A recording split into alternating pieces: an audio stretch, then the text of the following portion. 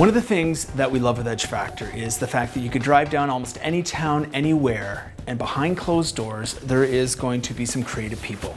We've got John Grimsmo here, and of course, this is kind of a famous set here. I mean, you've got a lot of followers on YouTube. That's true, with my Knife Making Tuesday series. Yeah, this is home sweet home for you. We're in your garage. Yep, at house, at the home. At the home, and it's not a big space, and yet a lot of people are really engaged by what you do. Mm-hmm.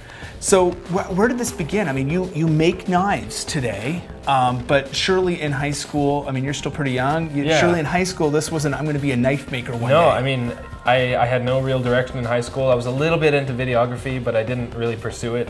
But I was always a tinkerer. I used to mountain bike and like work on my bike. Okay. And thinking back on it, I always worked on stuff. You know, I would take apart the video camera when it was broken. And your story, maybe people can, resonate with that. You know, we did a production called Genesis Ride, and it was all this idea of the entrepreneurial spirit, and there's this crazy something in people that just pushes them to keep going, even if it's not a good idea. They just keep pushing sometimes because they crave to take something from their head, connect it with their hands, and then actually build a new normal, maybe for themselves. And for you, your new normal is that you make knives and you have an audience watching you do that, and then you turn around and you sell these knives. Yes. Pretty awesome business model. It's amazing. There were many tough years, of is this working? Should I be doing this? Should I go out and get a job? Luckily, I had a very supportive wife that worked a little bit and we made do, but now we're finally at a point where I can pursue all my dreams and passions and share it with the YouTube community, and it's amazing. So when I got started with this, it literally started with a genuine passion for CNC machining and looking everything up on the internet that I could possibly do. I'd stay up till 4 a.m. and research. Because you didn't have training on this. I had no training, just high school education and then complete self-taught everything. So YouTube was my best friend. Yep. So just a genuine interest for wanting to make stuff. And it wasn't really a business idea at that time. It just grew, and then I started filming. But I think the real turnaround for me was when I actually turned the camera around and filmed myself. Okay. And that way I became somebody people could connect with. I was a person, not just a product or a thing. Right.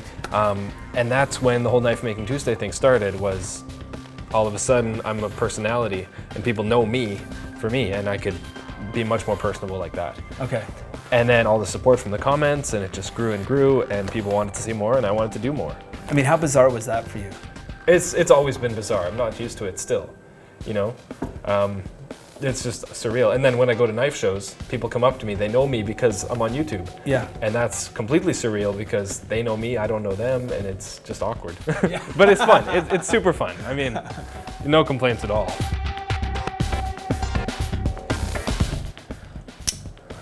So what we make is very high quality, as good as I can possibly, every detail I put into it.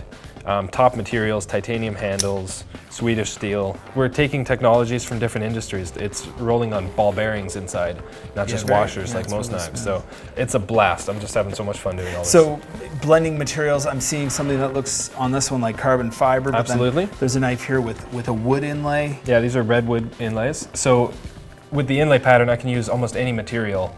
Some people are using stone even, bone, ivory, whatever. We did a pre-order where we'd pre-order like 200 knives. Okay. People would pay their deposit and choose from any number of options. We probably had like 50 different options. Wow. Color, texture, inlay material, blade shape, style, whatever.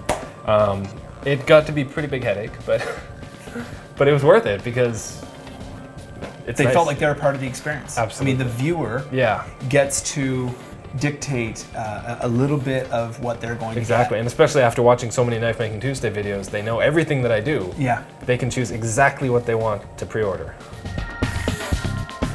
You can have all of the ability to dream something, maybe even bring the dream to life, but then to take a business and make it sustainable, that is just as much part of the journey. Absolutely, I got goosebumps just saying that because it's so true.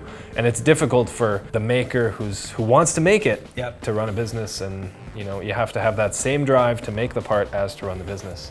So how many hours a week do you work? I wake up at 5 a.m., ready to go. Go to bed early, but there's lots of little hours, before I take the kids to school, after I take the kids to So there are perks. Absolutely, There are perks. It's great being at home. I get to be around my family. My son comes in here, runs around all the time, plays with the air hose.